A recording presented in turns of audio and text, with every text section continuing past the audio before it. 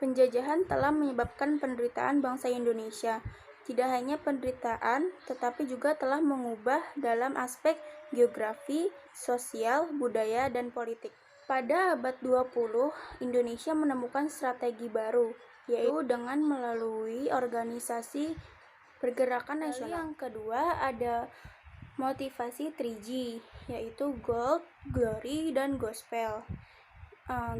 Gold artinya emas yang identik dengan kekayaan, lalu glory yang bermakna kejayaan bangsa, dan terakhir gospel adalah keinginan bangsa barat untuk menyebarluaskan agama Kristen ke negara-negara Asia seperti Indonesia. Dan yang terakhir ada revolusi industri.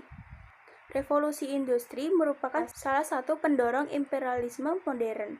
Revolusi industri terjadi pada tahun 1750 sampai 1850. Revolusi industri sendiri memiliki arti pergantian atau perubahan secara mendasar dalam memproduksi barang yang dari sebelumnya menggunakan tenaga manusia atau hewan menggunakan tenaga mesin. Satu pengaruh revolusi yang sangat terasa dalam kegiatan transportasi adalah penemuan mesin uap yang dapat digunakan untuk menggerakkan perahu. Selain itu, ada kompas, mesin pemintal, dan sebagainya. Di Eropa, rempah-rempah banyak digunakan sebagai obat-obatan dan juga rempah-rempah masakan. Yang kedua, kedatangan bangsa-bangsa barat ke Indonesia. A. Kedatangan Portugis di Maluku. Perjalanan Portugis mencari rempah-rempah dimulai dari kota Lisabon pada tahun 1486. Lalu, pada tahun 1111, Portugis mencapai Malaka. Di bawah pimpinan Alfonso, ia berhasil menguasai Myanmar dan Malaka. Selanjutnya, Portugis menjalin hubungan dagang dengan Maluku. Dan pada tahun 1512, bangsa Portugis telah sampai di Maluku. Di bawah pimpinan didirikanlah VOC yang merupakan pergabungan dari beberapa perusahaan dagang Belanda. Mendirikan pusat perdagangan VOC di Maluku. Namun dipindahkan ke Jayakarta karena VOC menganggap Jawa lebih strategis. Kedua, pengaruh kebijakan kerja paksa. Pernahkah kalian mendengar istilah kerja paksa? Mendengar istilah kerja paksa, tentu saja kalian sudah dapat menebak bahwa rakyat Indonesia bekerja tanpa fasilitas yang memadai. Mereka tidak memperoleh pekerjaan yang layak, tidak diperhatikan asupan makannya, melakukan pekerjaan di luar batas manusia. Gubernur Dendels yang memerintah pada tahun 1808 sampai 1811 melakukan berbagai cara atau kebijakan seperti membangun militer, jalan raya, perbaikan pemerintah, dan perbaikan ekonomi. Salah satu kebijakan yang terkenal dan terbukti sampai sekarang adalah pembangunan Jalan Anyer sampai Panarukan. Yang ketiga, pengaruh sistem sewa tanah.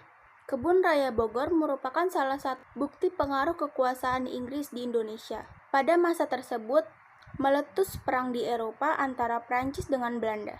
Saat Inggris menguasai Indonesia, Gubernur Jenderal Lord Minto membagi daerah jajahan Belanda menjadi 4, yaitu Malaka, Sumatera, Jawa, dan Maluku. Lord Minto selanjutnya menyerahkan penguasaan atau tanggung jawab tersebut ke Letnan Gubernur Stamford Raffles. Salah satu kebijakan yang terkenal pada zaman Raffles adalah 1. Petani harus menyewa tanah meskipun tanah itu miliknya. Yang kedua, harga sewa tanah bergantung pada kondisi tanahnya. Yang ketiga, pembayaran uang sewa tanah dilakukan dengan uang tunai. Dan yang terakhir, bagi yang tidak memiliki tanah, dikenakan pajak kepala. Lalu ada beberapa penyebab pelaksanaan sistem sewa itu gagal. Ada beberapa penyebab kegagalan pelaksanaan sistem sewa tanah. Yang pertama, sulit menentukan besar kecil pajak bagi pemilik tanah karena tidak semua rakyat memiliki luas tanah yang sama. Yang kedua, sulit menentukan luas dan tingkat kesuburan tanah bagi petani. Yang ketiga, keterbatasan jumlah pegawai. Yang keempat, masyarakat desa belum mengenal sistem peruangan. Yang keempat, ada pengaruh sistem tanam paksa. Pada tahun 1830, Johannes van de Bos menerapkan sistem tanam paksa atau kulturstelsel. Kebijakan ini dilakukan karena Belanda mengalami kesulitan keuangan akibat Perang Jawa dan Perang Diponegoro. Berikut praktik-praktik penekanan dan pemaksaan terhadap rakyat. Yang pertama, tanah yang digunakan untuk tanaman wajib hanya 1/5 dari tanah yang dimiliki oleh rakyat. Kedua, kelebihan hasil panen tanaman wajib tidak pernah dibayarkan. Yang ketiga, waktu untuk kerja wajib melebihi dari 66 hari dan tanpa imbalan yang memadai. Yang keempat, tanah yang digunakan untuk tanaman wajib dikenakan pajak. Penderitaan rakyat Indonesia akibat kebijakan tanam paksa ini dapat dilihat dari banyaknya kematian rakyat Indonesia yang tinggi akibat kelaparan dan penyakit. Perlawanan terhadap kolonialisme dan imperialisme. Pada masa lalu, Indonesia hanya dianggap sebuah provinsi bagi Belanda. Namun berikut perlawanan yang dilakukan oleh masyarakat Indonesia. Konflik antara kerajaan Indonesia di Indonesia dan persekutuan atau kongsi dagang barat terjadi sejak para kongsi dagang menunjukkan kecongkakannya. Penyebab utamanya adalah Portugis menghalang-halangi perdagangan Banda dengan Tidore. Pada tahun 1570, di benteng Sao Paulo, terjadi perundingan antara Sultan dan Portugis. Pada saat itu, Sultan Hairun tidak curiga sedikit pun kepada Portugis. Namun saat perundingan berlangsung, tanpa disangka-sangka, tiba-tiba Portugis menangkap Sultan Hairun. Dan pada saat itu juga, ia membunuh Sultan Hairun. Pada saat bersamaan, Ternate dan Tidore bersatu melancarkan serangan kepada Portugis. Dan pada 1605, Portugis juga diusir oleh VOC dari Ambon. Kemudian Portugis menyingkir ke timur-timur. 2. Perlawanan Aceh. Selain di Ternate dan Tidore, perlawanan masyarakat Indonesia terhadap Portugis juga dilakukan oleh rakyat Aceh di Pulau Sumatera.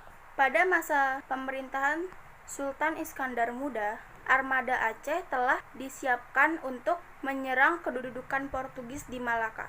Aceh mencoba menaklukkan Portugis, tetapi serangan Aceh belum berhasil mendapatkan kemenangan. Ketiga, ketangguhan ayam jantan dari timur. Sultan Hasanuddin. Tokoh ini sangat ditakuti oleh Belanda. Karena ketangguhannya melawan Belanda, ia disebut ayam jantan dari timur. Sultan Hasanuddin adalah raja dari Goa di Sulawesi Selatan. Lalu Sultan Hasanuddin dipaksa menandatangani perjanjian Bongaya pada 18 November 1667. Berikut 1. Belanda memperoleh monopoli dagang rempah-rempah di Makassar. Yang kedua, Belanda mendirikan benteng-benteng pertahanan di Makassar.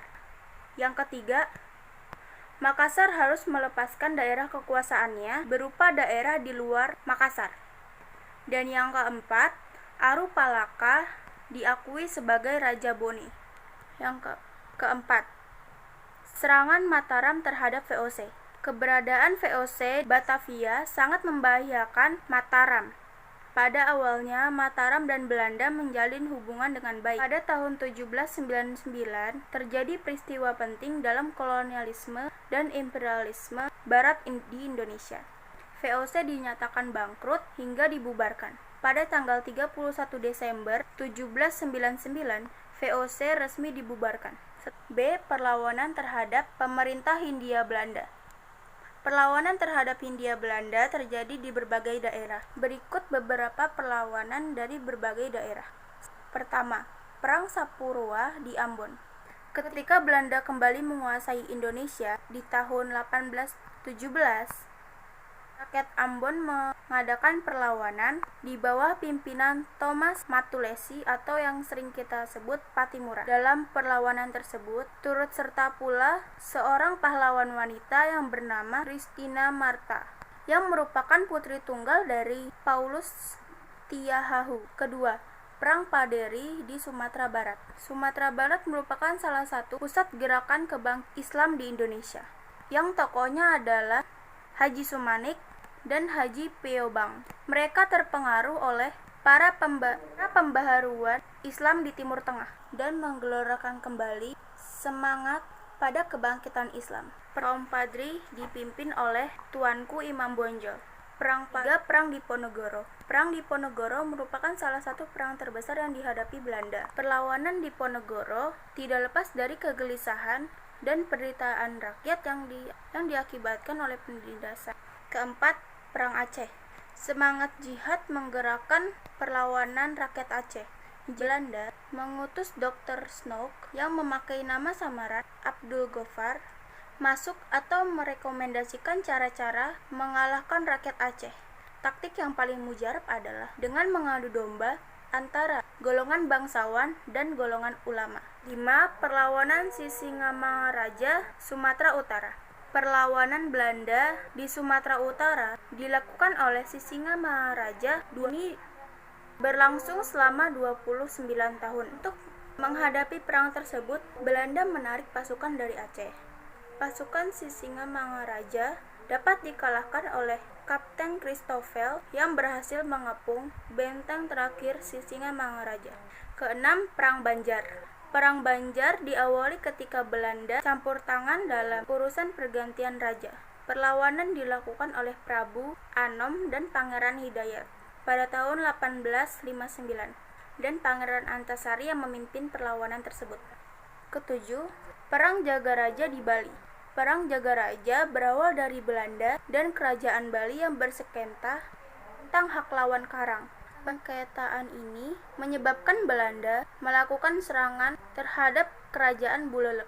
Setelah berhasil merebut Benteng Jagaraga, Belanda melanjutkan ekspedisi militer pada tahun 1849. C. Tumbuh dan berkembangnya semangat kebangsaan. Bangsa Indonesia sadar berbagai penyebab kegagalan perjuangan kemerdekaan Indonesia. Salah satu penyebab kegagalan adalah perlawanan yang bersifat kedaerahan. Pada awal abad 20, corak perjuangan bangsa Indonesia berubah dari yang bersifat kedaerahan menuju perjuangan yang bersifat nasional. 1. Latar belakang munculnya nasionalisme Indonesia. 1. Latar belakang munculnya nasionalisme di Indonesia ditinjau dari asal pengaruhnya. Pergerakan nasional di latar belakangi berbagai kejadian di dalam negeri Indonesia dan juga beberapa kejadian di luar negeri. Beberapa peristiwa seperti kemenangan Jepang atas Rusia dalam Perang 1905 dan perkembangan seperti organisasi pergerakan nasional di berbagai negara. A. Perluasan pendidikan. Pemerintah Hindia Belanda menerapkan kebijakan politik etis pada tahun 1901. Berikut isi politik etis. Yang pertama, irigasi. Irigasi hanya untuk kepentingan perkebunan Belanda. Yang kedua, emigrasi atau transmigrasi, hanya untuk mengirim orang-orang yang berasal dari Jawa keluar Jawa. B. Kegagalan perjuangan di berbagai daerah. C. Rasa senasib sepananggungan. Perluasan kekuasaan Barat di Indonesia telah mempengaruhi perubahan politik, ekonomi, dan sosial budaya. Tekanan pemerintah Hindia Belanda pada Indonesia telah memunculkan perasaan kebersamaan rakyat Indonesia sebagai bangsa terjajah. Kaum wanita juga berperan aktif dalam berbagai organisasi, baik organisasi sosial maupun politik. Beberapa tokoh pejuang zaman dahulu contohnya Kartini, Dewi Sartika, dan Maria Walanda Maramis. Berkembangnya paham baru. Paham-paham baru seperti pan-islamisme, nasionalisme, liberalisme, sosialisme, dan demokrasi menjadi salah satu pendorong pergerakan nasional di Indonesia. Paham-paham tersebut mengajarkan tentang bagaimana langkah-langkah memperbaiki kondisi negara, dan paham tersebut mempengaruhi berbagai organisasi pergerakan nasional di Indonesia. F. Berbagai peristiwa dan pengaruh. Berikut beberapa peristiwa luar negeri yang turut menjadi pendorong pergerakan kebangsaan Indonesia yang turut mendorong atas Rusia pada tahun 1905. Pada tahun 1904 terjadi peperangan Jepang melawan Rusia. Rusia adalah bangsa Eropa, sedangkan Jepang adalah bangsa Asia. Sementara Jepang berhasil mengalahkan Rusia dan menjadi inspirasi negara-negara lain. 2. Perkembangan nasionalisme di berbagai negara. Pada abad 20, negara terjajah di Asia dan Afrika menunjukkan perjuangan mereka. Di India, wilayah jajahan Inggris, muncul pergerakan dengan tokoh-tokohnya. 2. Organisasi Pergerakan Nasional Indonesia. Kebangkitan nasional yaitu masa lahirnya kesadaran bangsa untuk berjuang bersama-sama. Tanggal 20 Mei 1902. 1908 merupakan hari lahir Budi Utomo yang merupakan organisasi modern pertama yang didirikan di Indonesia. A. Budi Utomo. Pada awal abad 20, sudah banyak mahasiswa di kota-kota besar, terutama di Pulau Jawa. Para tokoh mahasiswa kedokteran sepakat untuk memperjuangkan nasib rakyat Indonesia dengan memajukan pendidikan rakyat Indonesia. B. Sarekat Islam. Pada masa penjajahan, pasar tersebut telah ramai oleh pedagang-pedagang Indonesia dan Arab, Arab dan Tiongkok. Akibat persaingan yang tidak sehat, pada tahun 1911 didirikanlah Sarekat Dagang Islam. Tujuan utamanya adalah untuk melindungi kepentingan perdagangan pribumi dari ancaman Tiongkok. C. Indies Partij adalah partai politik pertama di Indonesia yang didirikan oleh 3 serangkai, yakni Dewes Dekker, Suwardi, dan Cipto Mangunkusumo. Pada tahun 1913, Belanda mempersiapkan pelaksanaan perayaan 100 tahun pembebasannya dari kekuasaan Prancis. Belanda meminta rakyat Indonesia untuk turut memperingati hari tersebut. D. Perhimpunan Indonesia. PI didirikan oleh orang-orang Indonesia di Belanda pada tahun 1908. Pada tahun 1922, tujuan utama adalah untuk mencapai Indonesia merdeka, memperoleh suatu pemerintahan Indonesia yang bertanggung jawab kepada seluruh rakyat Indonesia. Pada tahun 1925, PI secara tegas mengeluarkan manifesto arah perjuangan, yaitu A. Indonesia bersatu, menyingkirkan perbedaan, dan dapat mematahkan kekuasaan Belanda. B. Diperlukan aksi massa yang dipercaya pada kekuatan sendiri untuk mencapai Indonesia merdeka. C. Melibatkan seluruh lapisan masyarakat merupakan syarat mutlak untuk perjuangan kemerdekaan. D. Anasir yang berkuasa dan esensial tiap-tiap masalah politik. E. Penjajahan telah merusak dan demoralisasi jiwa dan fisik bangsa. Gagasan manifesto terrealisasi pada Sumpah Pemuda yang diikrarkan pada 28 Oktober 1928. E.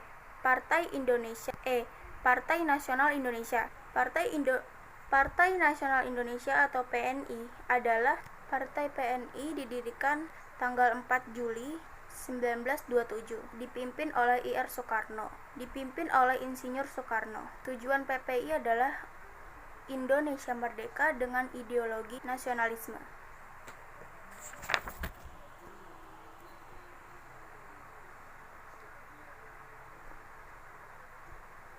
Tiga. Pergerakan nasional pada masa pendudukan Jepang. A. Proses penguasaan Indonesia.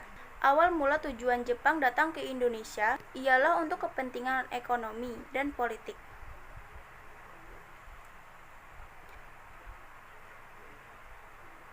Jepang sangat menginginkan bahan baku yang tersedia banyak di Indonesia. Indonesia juga merupakan pemasaran industri yang strategis bagi Jepang. Pada tanggal 8 Desember 1941, Jepang melakukan penyerahan terhadap pangkal militer Amerika Serikat. B. Kebijakan pemerintah militer Jepang. Jepang melakukan pembagian 3 daerah pemerintahan. 1. Pemerintahan Angkatan Darat di Sumatera. Kedua, pemerintahan Angkatan Darat untuk Jawa dan Madura dengan pusat di Jakarta. Yang ketiga, pemerintahan Angkatan Laut untuk daerah Sulawesi, Kalimantan, dan Maluku yang berpusat di Makassar. Program yang paling mendesak bagi Jepang adalah menyerahkan seluruh sumber daya yang ada di Indonesia. Berikut beberapa kebijakannya. 1. Membentuk organisasi sosial. Kedua, pembentukan organisasi semi militer. Ketiga, pengerahan Romusa. Keempat, eksploitasi kekayaan alam. 4. Dan yang terakhir, eksploitasi kekayaan alam. C. Sikap kaum pengerahan. C. Sikap kaum penggerakan. Indonesia telah melakukan berbagai upaya untuk menanggapi kebijakan Jepang tersebut. Propaganda Jepang sama sekali tidak mempengaruhi Indonesia. Mereka sengaja memanfaatkan organisasi-organisasi pendirian Jepang sebagai batu loncatan untuk meraih Indonesia merdeka. Beberapa bentuk perjuangan pada zaman Jepang adalah sebagai berikut. 1. Memanfaatkan organisasi bentukan Jepang. Kedua, gerakan bawah tanah. Ketiga, perlawanan bersenjata. Dan yang ketiga, perlawanan bersenjata. 4. Perubahan masyarakat Indonesia pada masa penjajahan. A. Perubahan pada masa kolonial Barat. 1. Perluasan penggunaan lahan. Bangsa Indonesia telah memiliki teknologi turun-temurun untuk mengembangkan berbagai teknologi pertanian. Pada masa penjajahan, terjadi perubahan yang sangat besar dalam perkembangan perkebunan di Indonesia. 2. Persebaran penduduk dan urbanisasi. Sejarah transmigrasi di Indonesia, terutama yang terjadi pada abad 19, tujuan utama transmigrasi adalah untuk menyebarluaskan tenaga kerja murah di berbagai perkebunan. 3. Pengenalan tanaman baru. Pengaruh pemerintahan kolonial Barat di satu sisi memiliki pengaruh positif. Contohnya dalam mengenalkan berbagai tanaman dan teknologi pertanian. 4. Penemuan barang-barang tambang. 4. Penemuan tambang-tambang. Pembukaan lahan pada masa kolonial Barat juga dilakukan untuk pertambangan minyak bumi, batu bara, dan lain-lain. Kelima, transportasi dan komunikasi. Pada zaman penjajahan Belanda, banyak dibangun jalan raya, rel kereta api, dan jaringan telepon. 6. Perkembangan kegiatan ekonomi. Perubahan masyarakat dalam kegiatan ekonomi pada masa kolonial terjadi baik konsumsi dan distribusi. 7. Mengenal uang. Pada masa sebelum kedatangan bangsa-bangsa Barat, masyarakat biasanya gotong royong dalam bekerja. 8. Perubahan dalam pendidikan. 9. Perubahan dalam aspek politik. Ke-10. Perubahan dalam aspek budaya. 10. Perubahan dalam aspek budaya. B. Perubahan masyarakat pada masa penjajahan Jepang. 1. Perubahan dalam aspek geografi. Adanya eksploitasi kekayaan alam menjadi ciri penting pada masa pendudukan Jepang. Kesengsaraan pada kedudukan Jepang menyebabkan besarnya angka kematian. 2. Perubahan dalam aspek ekonomi. Sistem ekonomi Jepang membawa kemunduran dalam bidang perekonomian di Indonesia. Putusnya hubungan dagang dunia mempersempit kegiatan perekonomian di Indonesia. Ketiga, perubahan dalam aspek pendidikan. Kegiatan pendidikan dan pengajaran menurun. Contohnya, gedung sekolah dasar menurun dari yang 21.500 menjadi 13.500. 4. Perubahan dalam aspek politik. Propaganda Jepang berhasil mempengaruhi rakyat Indonesia dengan alasan untuk membebaskan bangsa Indonesia dari penjajahan Belanda. Jepang mulai mendapati simpati rakyat. Dan yang kelima, perubahan dalam aspek budaya. Jepang berusaha menjepangkan Indonesia dengan mengajarkan sistem Shintoisme, kebiasaan menghormati matahari, dan menyanyikan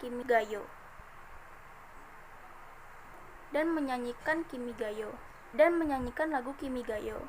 Pada tanggal 20 Oktober 1943, atas desakan dari beberapa tokoh Indonesia, didirikanlah Komisi Bahasa Indonesia.